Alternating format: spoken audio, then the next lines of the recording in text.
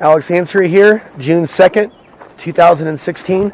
I want to address a question that somebody might have. Certainly people have had in the past. Alex, how do you do it? Or Alex, how do you keep it together? Some will argue that I am crazy and everything that I talk about is made up. But for those that see through that stereotype of all these ideas just being the ideas of a crazy person, I will address how I keep it together, how I stay out of extreme fear, and talk about some of those things. So, in my life experience, even before I got involved in alternative media, I've had those moments where I believe a miracle happened in my life, where there was what people call divine intervention, in quote, where something happens beyond your control, pulls you out of a bad situation. Now, one day I'll elaborate on some of those things, but when you internalize that, and later you get involved, say, in alternative media, it's not that you become religious. You have a certain amount of faith in the universe. Now, when you go out, for example, without a bazooka, without going all out like A-Team, like you're ready for a war, and you're just a regular guy speaking about pretty deep topics that some people are scared to address or scared to associate with people that talk about certain things, but when you live it yourself, and that's part of your lifestyle, it's not that there aren't threats out there, it's that a lot of the things that people are afraid of, like certain repercussions, certain paranoias, you realize a lot of that is mind control. So you actually have to go out of your safety net. You have to, get out of the city and go out and travel. And, I'm going to start recommending, if you can't go off grid, go out and live on BLM land for a few days or a few weeks. Travel around your car. Have your car prepped with basic things. So that's one thing I'm going to address. By living a lifestyle, off-grid lifestyle, mobile lifestyle, it does alleviate from some of the fear. And especially when you're in situations where you're in places where nobody can hear you scream. And you can be tracked down through your internet usage and where you sign into your Facebook. So they've had their opportunity. The other thing I want to mention is perspective. A lot of this is about perspective. Now, I think that there is a reason why some people are here on this planet and going through certain things. And why certain people have a certain amount of protection, if you will, at least for a time, to put out the information that they need to put out for other people to come across, to stumble upon. Some people are gifted, and they end up breaking the codes, if you will, and discovering an amazing science or an amazing understanding of something that previously mankind did not understand. There could be something that, for whatever reason, is unfortunate that even happens to those people, and we've seen bad things happen to good people. But some things are for a reason that we don't understand. This is a planet of cause and effect, and there are many, many lessons to learn here in our stay. And that's what some people forget. Sometimes the very challenges that we're going through are things that are there to help us grow as a soul. I do believe there's a reason for everything. The Native Americans also had similar beliefs. There is meaning in a lot of the things that take place in our world. There's a reason why, people have thrown sticks, for example, and interpreted the way that they've fallen to interpret a sign. And there's tarot cards, and there's other things that people have kind of accepted into their life, but it's all based in the meaning behind things. And I think that's what people have forgotten. So, this world is a world of many that's gone through some major stuff. A process is working itself out. And for some of us, and I'm certainly speaking for myself, part of our role and destiny is to overcome certain fears and social factors, being exiled from society, being rejected by society, or we may feel such, at least our ideas. So it may be difficult for some of us to live inside the society, but it's important for us to carry on anyways with the truth, with the sword of truth. And that's what we carry. And that is our defense. That is our offense. That is our defense and our offense. It is the truth. And the truth will set us free. And so, I don't lose hope and despair. I think that God, the Creator, has made certain things obvious for the men and women and even the children on the planet to stumble upon and understand. I think a lot of things are in plain sight for a reason. It's not always an occultic reason. Sometimes things really are obviously done and in plain sight and easy for mankind's intellect to decode and figure out. And I think that's important. You know, a lot of people may not be able to see a connection between researching the truth of 9/11 and encompassing a greater spirituality. You don't always see it. You certainly don't necessarily see it in the likes of people like Alex Jones, especially today, but in his earlier material, it seemed to mimic that. Like a care for mankind, or for those innocent victims of war in Afghanistan, for example. It seemed to mimic that concern. Now, there is a connection, however, between becoming aware that you live in a reality where there are miracles, a reality where God can be seen, some say, in everything. But when you see a massive deception like that, right, and you see a reality where millions will keep their mouths shut, and there's literally a death toll of millions, and it's still counting, it's still going on. So to me, that's a spiritual experience, to be gifted, I guess, with the insight, with the intuition, with the ability to not be susceptible to mind control, to support it, but actually see it for what it is, to see the torture for what it is, the injustice, and see how this is like a creeping, slow genocide, what they are doing to the people that live in these Middle Eastern countries. Innocent people. Remember, we're talking about innocent people that haven't done anything to the United States, that have been born in the wrong country during the wrong time. This is happening. So there are some major spiritual truths for mankind, especially living in the post-9/11 world. There are clearly some paths worth following, and there are clearly some paths of destruction and deceit that are not worth following. And we are seeing, however, the choices that people are actually making. And we are seeing the end result. Is this a collective shift in consciousness, or is there an aspect of our society that is batshit, sociopathic, dangerous with a weapon, but yet they're the first ones to be armed? And these people that are willing to get in line and go overseas.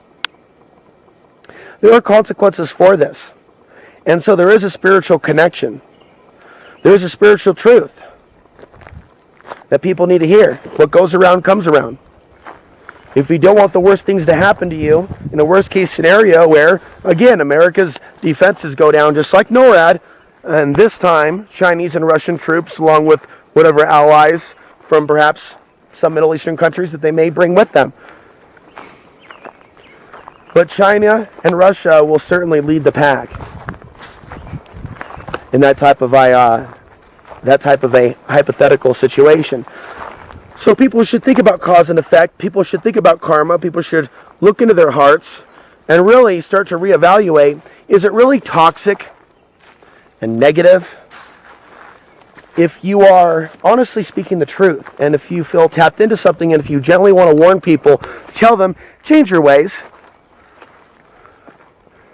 Is it really that toxic of an experience for someone to rise above their own fear of being snuffed out, killed, or being exiled by society? Is it really a toxic thing to overcome the societal peer pressure? So I think there's also a lot of healing, my next point, for a lot of people during this time that needs to occur. For people to see the value in not trying to panic or panic the population or frighten people, but to truly inform. I think it's important also for people sharing truth on the internet to honestly put out the intention to seek the truth and the ultimate truth and nothing but the truth. Because I think there are too many people out there that have been misled by other lies that have been put out there to distract people, keep us in a state of chasing our tail.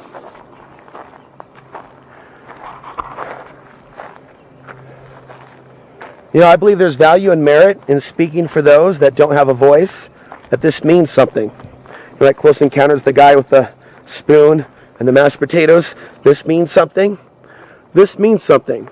Being thrust into an environment where we're hit with mind control, that if we actually stand up for the weak, that we will be smashed, that we will be destroyed.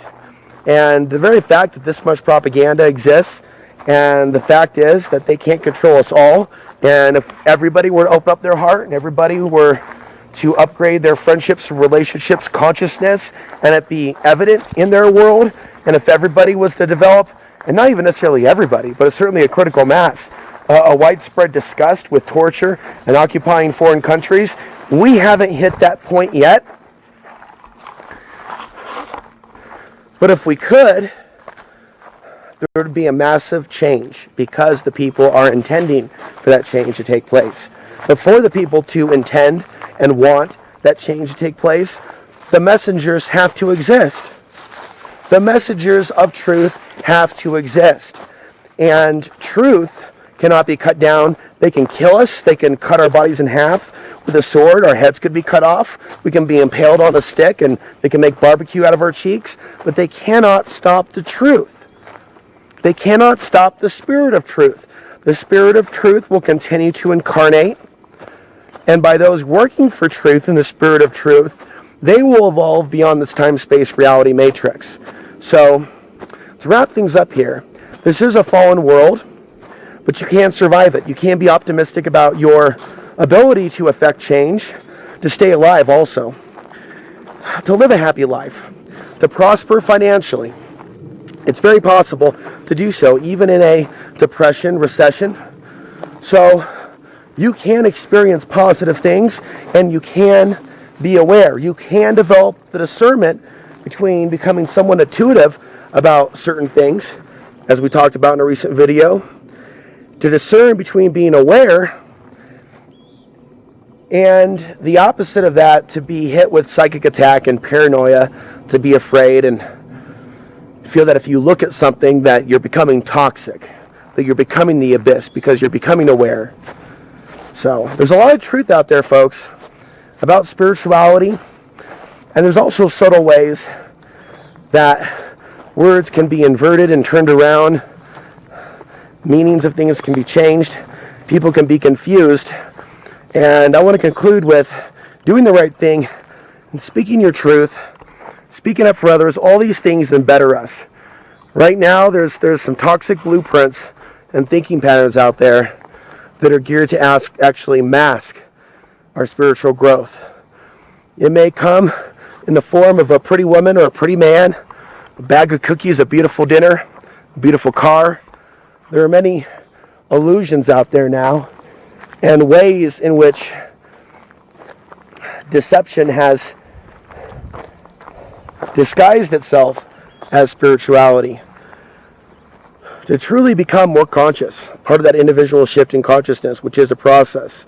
As you become more conscious, you will begin to see through the lies in situation after situation after situation. The key, and probably the best place to close, is once you start becoming very aware of certain ways that the world works. And part of that is seeing the injustice and the trauma, but that's only one part of becoming conscious and aware, or hyper-aware. The other part of becoming hyper-aware is realizing why we're here, why you're here, how miracles are working in real time. And a lot of this knowledge won't necessarily come through with, words. You may not have the words to describe the level of awareness that you are achieving as you become hyper-aware as to how things work. But if you open up your mind to it, and you put your intentions towards it, and you see how this is tied in with consciousness, how there's just a larger web of understanding, then you will experience it as long as you remain open to it. It's not just about becoming aware, folks, of the New World Order, the Illuminati. It's becoming aware of why these things are being shown to us and why we are gifted with communication so we can actually do something about it and alert future generations as to what happened here. I'm Alex Ansary, sign off, June 2nd, 2016, from somewhere out there in the forests of Southwest Colorado, USA, planet Earth. And I am trying to find out what galaxy.